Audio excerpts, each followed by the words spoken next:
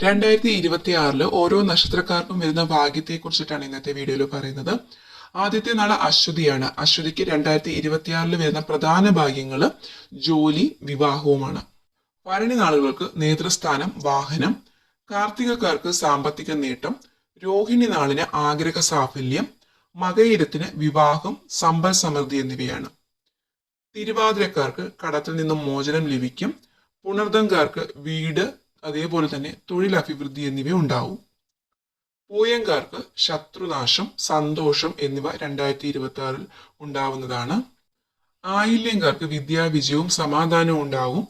മകം സർക്കാർ ജോലി, ആഗ്രഹ സാഫല്യം എന്നിവയുണ്ടാവും. പൂരംകാർക്ക് വീട്, രോഗശാന്തി എന്നിവ ഉണ്ടാവും. ഉത്തരംകാർക്ക് നഷ്ടപ്പെട്ട ചില കാര്യങ്ങൾ തിരിച്ചു കിട്ടുന്നതാണ്. അത്തംകാർക്ക് സാമ്പത്തിക ലാഭം, വിവാഹം എന്നിവ ഉണ്ടാവും.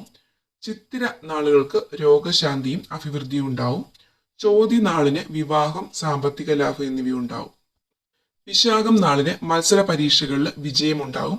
അനിഴത്തിന് സാമ്പത്തിക ലാഭം. തൃക്കേട്ടയ്ക്ക് വിദേശ ജോലി, തൊഴിൽ ഉയർച്ച എന്നിവ ഉണ്ടാവുന്നതാണ്. മൂലം നാളുകാർക്ക് സന്താനങ്ങൾ വഴി ഉയർച്ച ഉണ്ടാവുന്നതാണ്.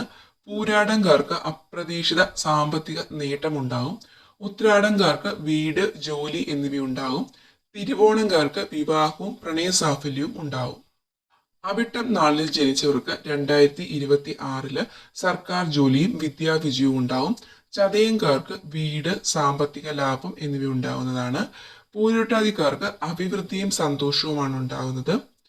ഉത്രട്ടാതി ആളുകൾക്ക് കടത്തിൽ നിന്നും മോചനം, ലോട്ടറി എന്നിവ ലഭിക്കുന്നതാണ്. രേവതി നാളുകൾക്ക് പൊതുവെ സർക്കാർ ജോലി, രോഗശമനം, സമാധാനം എന്നിവയാണ് ലഭിക്കുന്നത്. ഈ പറഞ്ഞ കാര്യങ്ങളെല്ലാം തന്നെ ഓരോ നാളുകൾക്കും 2026 വരുന്ന ഗുണങ്ങളാണ്. ഇത് അതുപോലെ തന്നെ ഫലിക്കണമെങ്കിൽ യോഗമുണ്ടായാൽ മാത്രം പോരാ, അതിനനുസരിച്ചുള്ള കർമ്മങ്ങൾ കൂടി ചെയ്യുക. മാത്രവുമല്ല, മഹാവിഷ്ണുവിന്റെ അമ്പലത്തിൽ പാൽപായസം നടത്താം, അല്ലെങ്കിൽ മഹാദേവന് പൂമാല സമർപ്പിക്കാം. അങ്ങനെ കാര്യങ്ങളൊക്കെ ചെയ്തു കഴിഞ്ഞാൽ ഇങ്ങനെയുള്ള ഭാഗ്യങ്ങൾ ഉറപ്പായിട്ടും നമ്മളിലേക്ക് തേടിയെത്തുന്നതാണ്.